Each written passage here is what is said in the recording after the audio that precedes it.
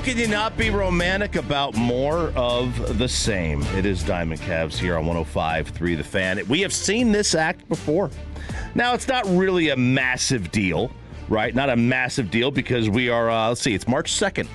But Josh Young will be shut down for about 10 days. Maybe more, maybe a little less. But they're going to, I wouldn't say a little less. They're going to keep it at least 10 days. But he has got an adductor strain. Now, that is the inside of the thigh. It's commonly, thought of as the groin area, but it just goes all the way down towards your knee. It's that machine in the gym where the girls have their legs spread wide apart and then close it, and then wide and close it, and all these gyms started to have to point that machine at the wall because creepy men were just walking by looking to get a glimpse. They seriously changed the positioning of the equipment? Yeah, they just point these things. A lot of gyms just point when they set the gym up. They just put them pointed towards the wall. So reverse abductor. So nobody's sitting there looking because girls sitting there and all of a sudden her pants split. Yeah, and then you got a whole different problem going on there. Look, it's just not encouraging. I'll take a little sip. I know you will, Peyton. I know you will. It's just not encouraging. It's not fun. It's not exciting at all. Justin Foscue, we had the Walcott news last week as well. Yeah, he's with his elbow injury that knocks him out for a while. And then Walcott's already somebody who was, when you look at these new rankings from Fangraphs and Baseball America, stuff like that, he already was kind of taking some hits as a ascending prospect for them recently. And so, no, it's bad luck. Now, I'm a little surprised Josh actually, I kind of gave it away. Give me the games played. Are you already looking? How many games? I'm not looking. So what, he got sent down at one point last year, didn't he? Yeah. So I don't know, 115. 131. I thought it was going to be 115. Really? Or even 131. Lower. Yeah, so he missed 31 games. Okay. Look, it just... Corey Seager would kill for that. Yeah. It's precautionary right now with Josh. These things can linger. That's why they want to get rid of this thing now. Because you get those little muscle pulls, and they can linger all year when you get them early on. I want them to be good. I really want them to be good so bad. And I want Josh Young to be good so bad because I've seen it, and I recognize the because you've seen it once, believing, hey, we can get that regularly, but this is why it's so dangerous to bank on Evan Carter's going to be better, Josh Young is going to be better. It's like, yeah, even if they are, there's no guarantee those guys are going to be healthy ever. Right, and unfortunately for Josh is, it's just precautionary, and it is early, and there's plenty of time. He really has kind of lost the benefit of the doubt. Yeah. But, Seager has too, and DeGrom did too, and DeGrom had a great year last year. He didn't, he pitched, he had more innings than he had pitched, since pre-pandemic. He had a great year, but, you lose a little bit of benefit of the doubt when it comes to that. So, on the field, they win, they have an explosion yesterday, 9 runs, 9-4 is the victory. But prior to that, their first 10 games in spring training, they were 5-5. They had run differential was +3. They were 11th out of 15 Cactus League teams in terms of runs scored. It gets worse. They've also had played the most games in Cactus League play. So they had the most games played, yet they were still 11th out of 15 in terms of runs scored. They were tied with one other team in terms of having 10 games. The freaking Royals, who share a stadium with them, the Rangers in 10 games had scored 48 runs. The Royals in 8 had scored 64. Just wreckage shop all over the place. None of this matters, of course. I thought I would just check in on it. And, Seager has played in less than half their games. Same for Wyatt. Same for Josh Smith. Nimmo hadn't even played. So as of Saturday, hadn't even played yet. So never want to look at spring training stats, but just wanted to do a little quick check-in. Is there anything more seemingly reliable in terms of spring training or training camp or exhibition games or whatever? Is there anyone that seems more consistently reliable of just reverse what it is in the spring or in the exhibition games? And that's more what because great hitters, it seems like, are always awful. In exhibition games, and then it's like, Rugi's hitting 600 in the spring. What a monster season. Joey Gallo, the strikeout issues are gone, and then it's like, oh wait, nope, here it is. All right, makes sense. From the 817, does Josh Young work out at the 49ers facility in the offseason with the electromagnetic pulse thing right next to it?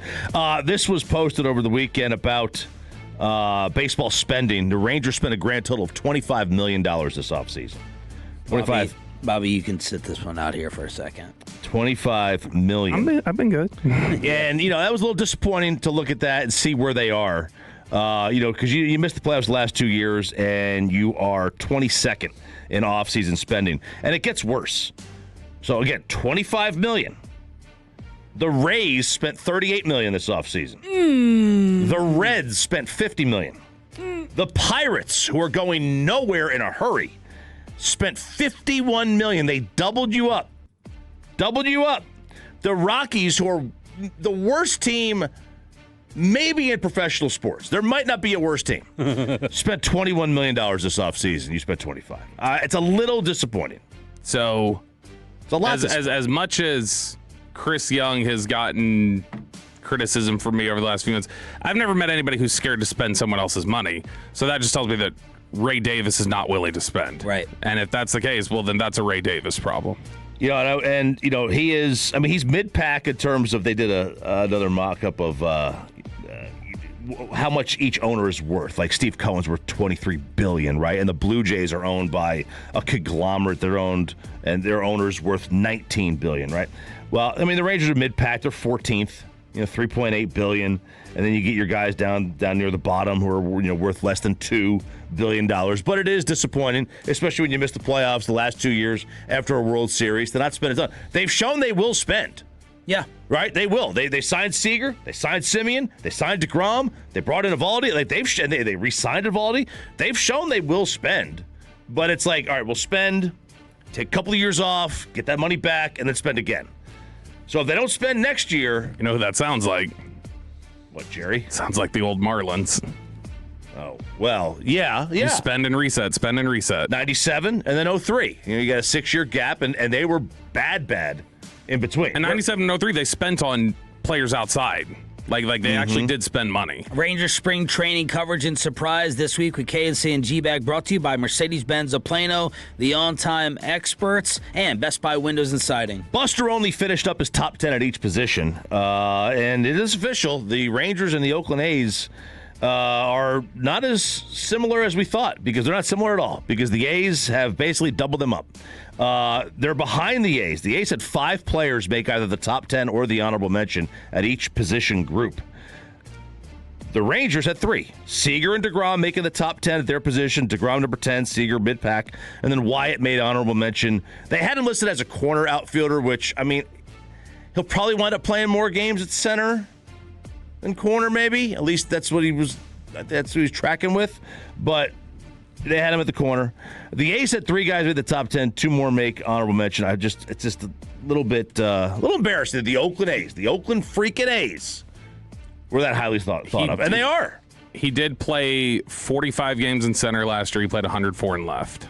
So I'm guessing they're just measuring him based off where he was last year. All right, Jake DeGrom, is he going to benefit from the new automated strike zone? History says yes. So I don't know if you saw this over the weekend. There was a pitcher. I think he was a Red Sox pitcher. He did the whole tap on the head. So what you do is you tap on the head, right? You tap on the head. That means you want the review. Well, the pitcher throws the ball, taps on the head, and the catcher's like, no. Catcher knew it was a ball. No. But the pitcher had already tapped, so they go to the review.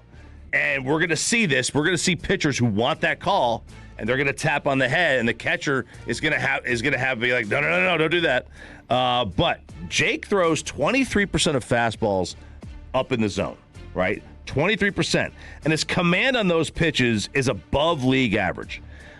But because of the human element, he misses a lot of those pitches. They don't get counted as strikes at the rate they should. Tom Grieve used to talk about this. He said that the highest strike was the most inconsistently awarded strike in baseball. That umps just don't like calling it. Right.